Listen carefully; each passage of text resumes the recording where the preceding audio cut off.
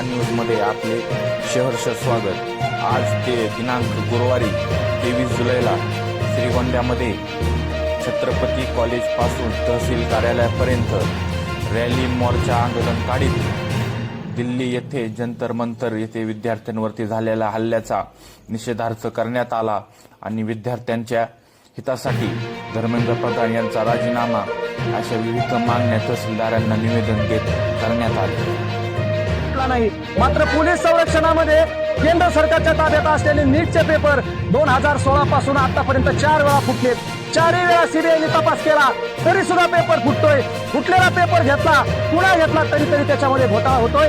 याचा अर्थ एकच आहे, या देशातलं केंद्र सरकार जाणीवपूर्वक हे पेपर फोडतंय आणि आपल्या स्वतःच्या फायद्यासाठी आपापल्या कार्यकर्त्यांच्या हितासाठी हे पेपर विकून भ्रष्टाचार करून आपापल्या पोरांना डॉक्टर करण्याचा डाव या सरकारने रचलेला आहे। त्यामुळे गोरगरिबांची, कष्टकऱ्यांची, शेतकऱ्यांची, कामगारांची पोरं या देशामध्ये डॉक्टर, वकील, इंजिनियर होऊ शकत नाही। याचा कारण हा देश भ्रष्टाचारामध्ये बरबटलेला आहे। मागच्या 6 जून पासून केंद्रीय शिक्षण मंत्री धर्मेंद्र प्रधान याचा राजीनामा मागण्यासाठी विद्यार्थी आंदोलन करतायत। त्याचा राजीनामा घेतला जात नाही। उलट या आंदोलनाला पाठिंबा देणाऱ्या शिक्षण सुधारक सोनम वांगचुक गेली 20 दिवस झाला आमरण उपोषण करतायत। त्यांचंही आमरण उपोषण जबरदस्तीने केंद्र सरकार मोडीत काढतंय। जे विद्यार्थी पाठिंबा देत आहेत त्यांच्यावरती लाठ्या हल्ला केला जातोय, काठ्या मारला जात आहे, त्यांचे हातपाय मोडले जात आहेत, डोके फोडले जात आहेत। हे या देशामध्ये सुरू आहे आणि या देशातील लोकशाही संपुष्टात येऊन अघोषितपणे हिटलरशाही, हुकुमशाही, मोदीशाही, अमितशाही या देशामध्ये सुरू झालेली आहे। हा देश भगतसिंगांचा आहे आणि या भगतसिंगांचा देश ही हुकुमशाही सहन करणार नाही।